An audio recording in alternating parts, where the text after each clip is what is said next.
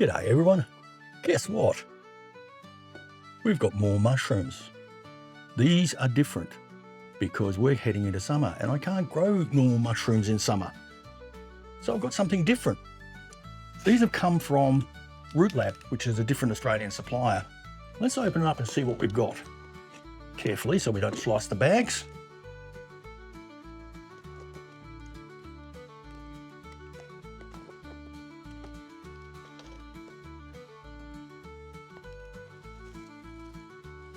And we've got a few different things in here. Okay, the first one we have, can't see, I'm going to have to open the tape there. Ah, yes. We have some grain spawn. These are almond mushrooms. The reason I've got these is these are capable of growing in pots. We use a 50-50 compost and potting mix substrate to grow them in. And more importantly,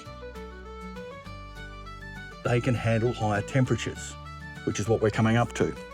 These will go nicely with my giant wine cap mushrooms I've got growing in tubs out the back. I've just ordered another few tubs for this, and we shall try growing it. I've got more here than I expected. In this one, again, we're going to have to open the packet to read what it is.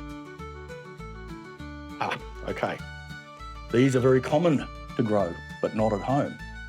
Portobello mushrooms. These I'll do in a little grow tent, or I forget what you call them, but a mushroom growing chamber that I bought from Temu. It requires, again, a manure mixture, compost and manure mixture to grow in, and a casing layer as well. So we'll talk more about that when we get them established.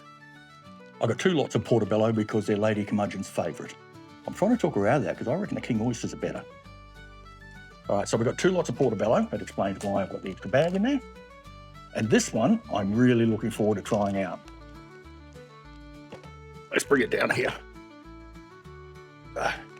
This should be, if they've sent me the right thing, they are a good Irish mushroom because they're Paddy Straw and they're not Irish, they're Asian.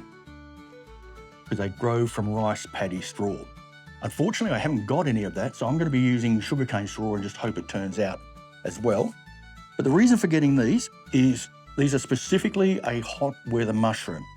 They require at least 24 degrees up to 35 degrees when they're spreading the mycelium through, and needs to be 21 to 32 for them to pin and then fruit. So with us going into summer, we're going to easily hit those temperatures.